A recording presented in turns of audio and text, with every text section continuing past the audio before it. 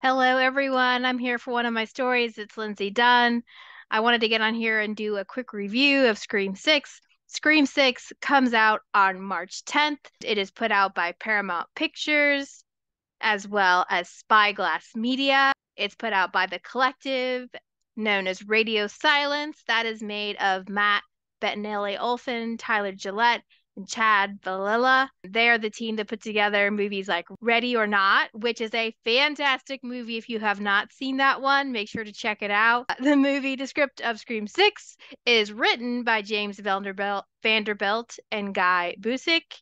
It is starring Melissa Barrera, Jenna Ortega, Jasmin Savoy Brown, Mason Gooding, Hayden Panettiere, Courteney Cox, Jack Champion, Henry Czerny, and several other side characters, including Dermot Mulroney, of all people. Scream 6 treads an impressive line between subverting expectations almost every step of the way, while at the same time giving us all the tropes and the things we have come to expect and love and need and want out of these movies. We want the surprises. We want to be kept in suspense every step of the way as to the identity of the Ghostface killer. We also want the witty banter, not just between the castmates, but between the main characters and the killers over the phone. So that abounds, of course. And then the teeth clenchy suspense of being somewhere, whether it's in a darkened alley or on a crowded subway. You've seen it in the trailer. That scene delivers. Who doesn't think that a crowded subway can be a very scary place? We are trading in our location for the cozy small town feel we've always known out of these movies. We're trading that in for the concrete streets of New York, and that gives Ghostface a brand new playground to play in. So instead of an abandoned and isolated house out in the woods where no one can hear you, danger is lurking inside a crowded restaurant or in a high-rise building where there are people just feet or inches away. Nobody is safe. We know that with the ghost killer, but seeing this take place in Central Park or a convenience store, these things are just not what we've come to expect from the small town feel of Scream. So that is definitely a surprise. There's also the fact that this is a franchise. And so, of course, you have to do something new. You have to surprise the audiences. You have to make the scale a little bit bigger. And that is done in several ways in this movie. There's sort of world building that has to go on. Our world has now expanded outside of Woodsboro. We have to look at new motives and new reasons that people might want to don the mask or get involved with these killings that started now 27 years ago, and we're still going strong. The world of Woodsboro has grown, expanded to New York. And so there's just an originality and a freshness to that this franchise has always brought, but it continues in the brilliant script that's written by James Vanderbilt and Guy Busick, and that is expertly delivered by the powerhouse now quartet of Melissa Barrera, Jenna Ortega, Jasmin Savoy Brown, and Mason Gooding. We know that the stars of the show are the duo of the Carpenter sisters, Melissa Barrera and Jenna Ortega. But I have to say that at this point, also Jasmin Savoy Brown and Mason Gooding are just as great and compelling of characters, and they bring a lot of energy to the cast. This is this four cast of characters second movie together, and they really gel as a team. Just their chemistry together is really great. They take care of each other. They've become a family. In the original Scream movies, that sort of took place to an extent. There were so many people that were lost that the family kind of broke up. This is, if you think about it, Scream 5 itself, one of the original things about that was that Tara survived. Usually the opening girl, she's a goner from the get-go, but having her survive was an original thing. And now these four characters are still together after this time. And not only that, but they've moved from Woodsboro to New York together.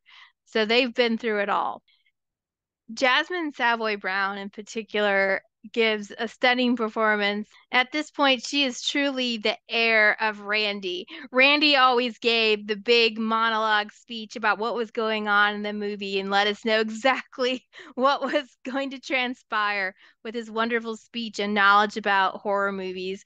And Jasmin Savoy Brown does that, and her monologue in this movie is just great. So, of course, the script writers have a big role in that, but also the way it's delivered is so completely engaging that it is what we want it to be. It's hilarious and it's also self-knowing and also something that we have to look forward to in the movie. And we're getting educated at the same time, which is a beautiful thing because if you know about horror and know about the tropes, it's just something that you already can agree with and it makes you laugh. But if you aren't familiar with horror tropes as much and you're sort of just getting into the world, then you're learning and you're being educated and you're in the know. And I love how these movies are accessible. That's the brilliance of them. They're very accessible to people, whether they're a horror aficionado or somebody who dreads horror. Now, I will say that not all of the side characters live up to the legacy that our main characters have helped us to expect, but because of it doesn't distract us from enjoying the story. They get dragged along in the process with their more brilliant colleagues. Melissa Barrera is the continued alpha of this series, and ever since we found out that she's the very conflicted daughter of Billy Loomis, that just continues because now she's contending with that past. She's our hero, but at the same time, she fears what is inside of her. And Melissa just does a great job with that. We root for her, while at the same time, we sort of cringe because we don't want the Billy inside of her to take over. That's not to say that I don't appreciate what Jenna Ortega brings, but just for me, Melissa Barrera is the clear standout of this series in the last movie and in this one that continues. For me, there is nothing quite as scary as the first and second movies of the franchise. I'm not sure if they will ever be able to top those, and maybe that's the point. Maybe we need the original to be the greatest ever. At a certain point, when do you start getting those diminishing returns? I will say that when five first came out, I watched it and I didn't find it that scary, but when I went back and watched it to prepare for this movie, I enjoyed it much more. So I'm not sure what my problem was exactly, but this movie was really great. I'm really curious where they're going to take Melissa Barrera next as Sam Carpenter, if they're going to continue with this cast, as far as what else they'll do with her character, and especially about her relation to Billy Loomis and that aspect of her that gets explored more in this movie.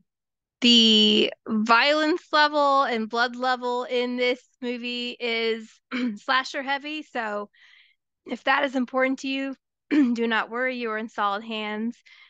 I definitely recommend this movie if you're a fan of the franchise or just a fan of slasher films, or you just want a fun horror movie to enjoy with friends. I don't think you'll enjoy this much if you watch this as a standalone. So definitely check out the other movies before you get here.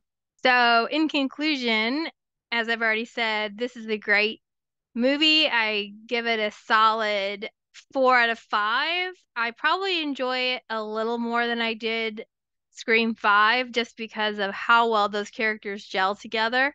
So, I definitely recommend you check it out. It comes out on March 10th in theaters, and it'll be on Paramount Plus, I guess, eventually, if you don't feel like doing that. So definitely check this movie out and enjoy the Slasher Fest.